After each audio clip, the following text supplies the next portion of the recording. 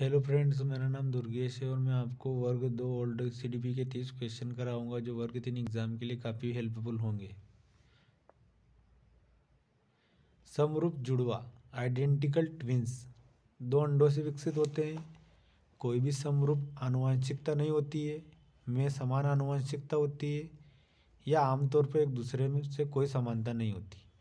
तो इसका आंसर होगा कि में समान आनुवंशिकता होती है। पुरुषत्व और स्त्रीत्व आमतौर पर जुड़े होते हैं। सेक्सिज्म, सेक्स, जेंडर, पितृतंत्र। तो इसका आंसर होगा जेंडर। यह वैज्ञानिक पद्धति का एक हिस्सा है जो प्रयोग के परिणामों की व्याख्या करने में मदद करने हेतु सूचना का उपयोग करता है। इसे क्या कहते हैं? निष्कर्ष, प्रयोजन, प्रकल्पना, अवलोकन। तो इसका आंसर होगा निष्कर्ष। निर्णय एक व्यवस्थित विश्लेषण और मूल्यांकन के माध्यम से होना चाहिए। इसे के रूप में जाना जाता है। गहन चिंतन, अंतर्दृष्टि चिंतन, भावनात्मक चिंतन, अपसारी चिंतन। तो इसका आंसर होगा गहन चिंतन। एक हाई स्कूल की छात्रा के औसत ध्यान अवधि कितनी होती है? 32 से 40 मिनट, 25 से 30 मिनट, 10 से 12 मिनट, 15 से 20 मिनट।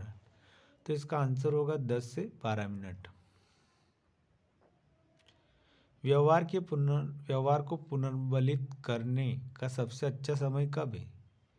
व्यवहार होने से बहुत समय पहले, व्यवहार होने के लंबे समय बाद, व्यवहार होने से कुछ समय बाद, व्यवहार होने से कुछ समय पहले। तो इसका आंसर होगा व्यवहार होने से कुछ समय के बाद। जब एक व्यवहार की घटनाओं को बढ़ाने के लिए सुखद उद्दीपक को जोड़ा जाता है तो इसे रूप में जाना जाता है। सकारात्मक दंड, सकारात्मक पुनर्बलन, नकारात्मक दंड, नकारात्मक पुनर्बलन। तो इसका आंसर होगा सकारात्मक पुनर्बलन। जब एक टाइपिस्ट टाइपिंग अधिगम के लिए खुद को शुरू करने के लिए तैयार नहीं करता है तब तक वह एक सुस्त और अनपेक्षित तरीके से बहुत प्रगति नहीं करेगा। इस अधिगम सिद्धांत का प्रतिपादन किसने किया था? जो तत्परता के नियम में विश्वास रखता है। जीन पियाजे, Edward Thorndike, Wolfgang Kohler, Ivan Pavlov. तो इसका आंसर होगा एडवर्ड थॉर्नडाइक।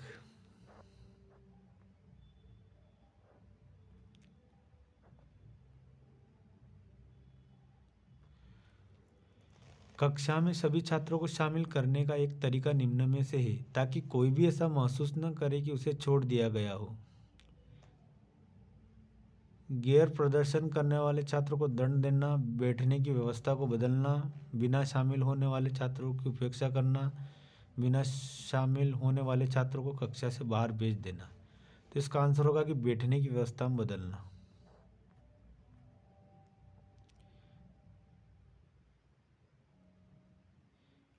एक मार्गदर्शन सेवा के दौरान वह मदद जो एक ग्राहक को इसके लिए मिलती है।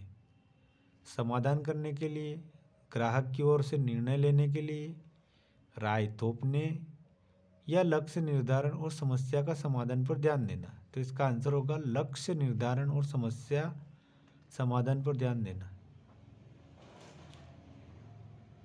विकास के दौरान अधिगम के लिए प्रमुख शर्त: परिपक्वता, प्रोत्साहन, निर्देशन, वित्तीय सहायता। तो इसका आंसर होगा परिपक्वता।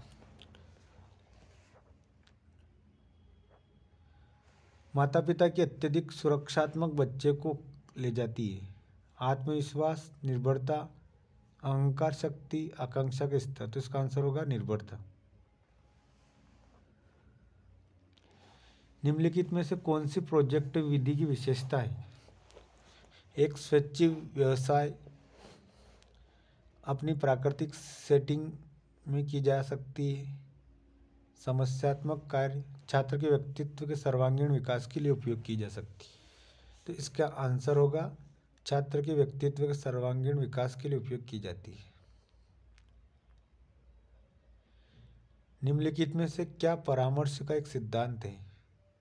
बाहरी दिखावे का निदान, व्यक्तियों की स्वीकृति और समझ, सामुदायिक आवश्यकताओं के अनुसार कार्यक्रम का लचीलापन, सभी व्यक्तियों को सहायता प्रदान करना। तो इसका आंसर होगा सामुदायिक नहीं, इसका आंसर होगा व्यक्तियों की स्वीकृति और समझ। इरिक्सन के अनुसार मनोसामाजिक विकास का दूसरा चरण कौन सा है? पहल बनाम अपराध, स्वतंत्रता बनाम शर्म और संदेह, परिश्रम बनाम हीनता, उदारता बनाम ठहराव। तो इसका आंसर होगा स्वतंत्रता बनाम शर्म और संदेह।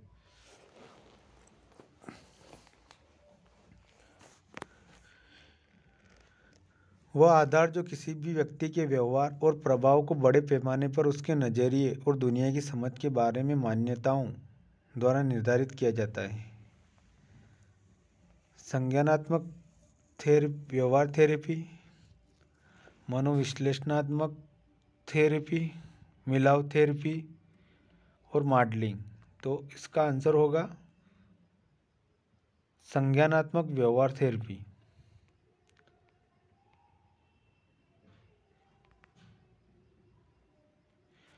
विकास के किस चरण में बच्चा विभिन्न इनडोर और आउटडोर गेम खेलने के लिए आवश्यक मोटर और शारीरिक कौशल सीखता है? पश्च बाल्यावस्था, शैशवावस्था, किशोरावस्था, प्रारंभिक बाल्यावस्था। तो इसका आंसर होगा पश्च बाल्यावस्था।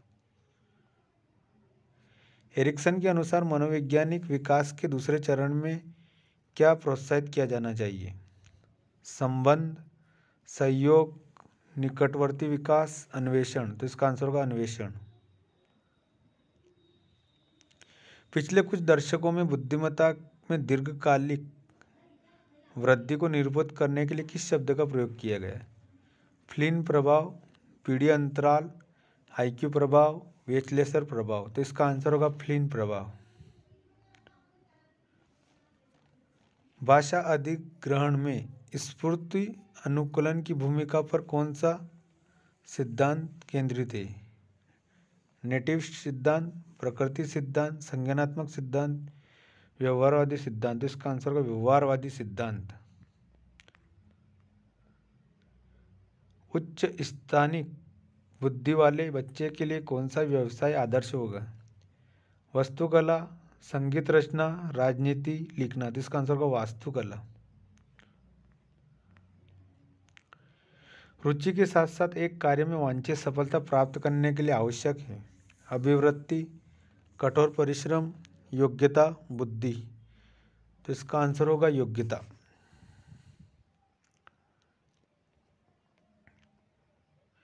मनोविश्लेषणात्मक के जनक कौन है? Carl Jung, Erikson, John Locke, Sigmund Freud. तो इसका आंसर होगा सिगमंड फ्राइड। द्वैकारक सिद्धांत प्रतिपादित किया था? Leo Vygotsky, Abraham Maslow, Jean William Fritz पियाजे, फ्रेडरिक हर्जबर्ग। तो इसका आंसर होगा फ्रेडरिक हर्जबर्ग।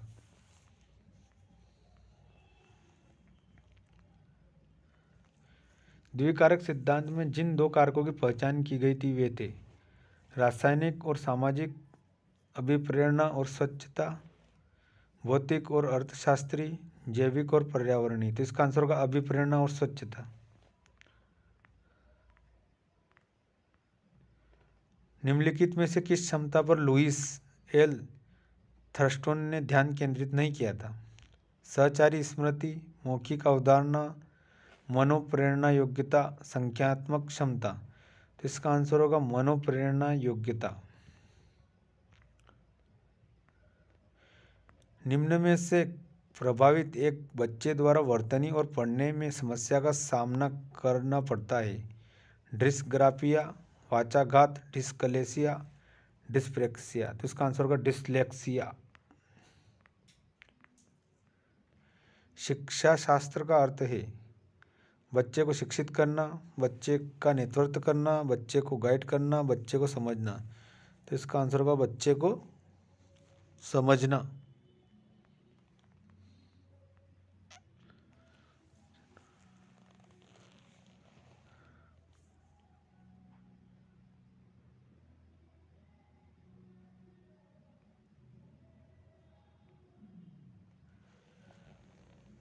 वह विधि जो किसी छात्र को किसी समस्या को हल करने और किसी कार्य को अंजाम देने या बाहरी सहायता से क्रमिक मदद के माध्यम से एक लक्ष्य प्राप्त करने में सक्षम बनाती उसे कहा जाता है स्कैफोल्डिंग, सक्रिय अधिगम, मूल संस्मरण, ड्रिलिंग। तो इसका आंसर होगा स्कैफोल्डिंग। क्या आयु से बच्चे दिन और रात में अंतर करना सीख जाते हैं? 6 महीने, 3 महीने, 1 वर्ष, 9 महीने। तो इसका आंसर होगा 3 महीने।